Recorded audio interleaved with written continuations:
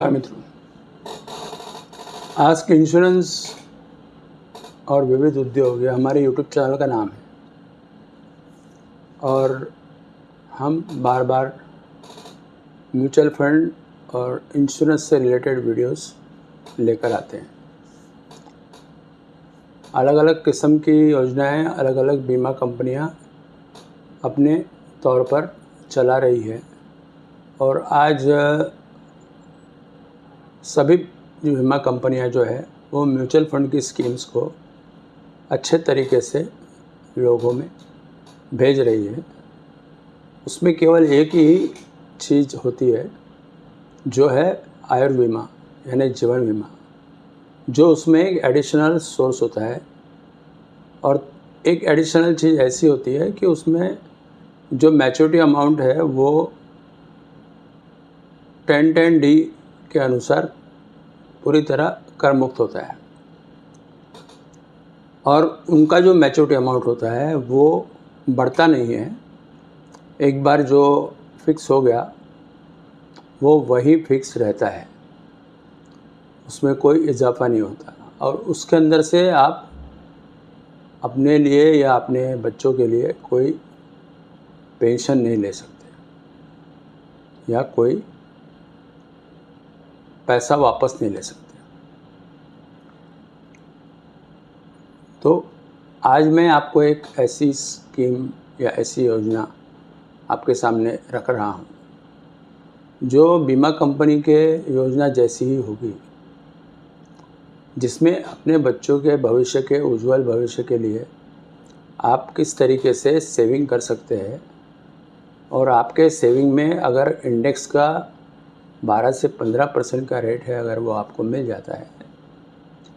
तो आपके पैसे कितने हो सकते हैं इसका एक अंदाज़ आपको आना चाहिए। इसलिए एक वीडियो में पूरा डेटा जो है वो बना के आपको दे रहा हूँ। ये बस अंदाज मात्र है, क्योंकि आप सब जानते हैं कि म्यूचुअल फंड में मिलने वाले सभी इंटरेस्ट या रिटर्न्स जो है वो गारंटेड नहीं होते। तो आप देख सकते हैं कि मात्र 100 रुपया अगर आप पर डे बचाते हैं तो और 15 साल तक, तो 15वें साल आपको 32 लाख रुपए के करीब का अमाउंट जमा हो सकता है, अगर आपके फंड ने इंडेक्स के जितना रिटर्न दिया तो। इसी तरीके से 166 रुपया अगर आप पर डे बचाते हैं, ऑफ कोर्स ये पर डे जो है ये आपको वीकली या फिर मंथली आपके म्यूचुअल फंड में जमा करना है।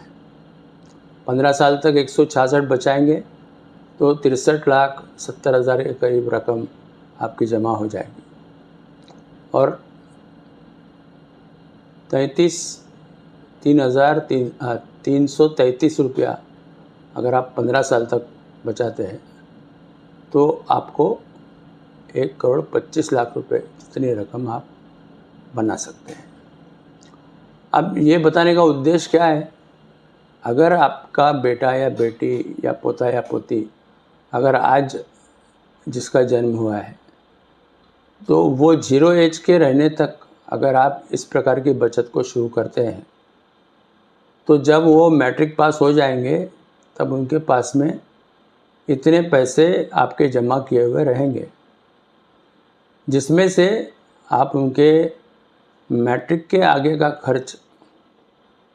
आप ज़रूर उसमें से SWP के माध्यम से ले सकते हैं। तो अगर आप 100 रुपये की बचत कर रहे हैं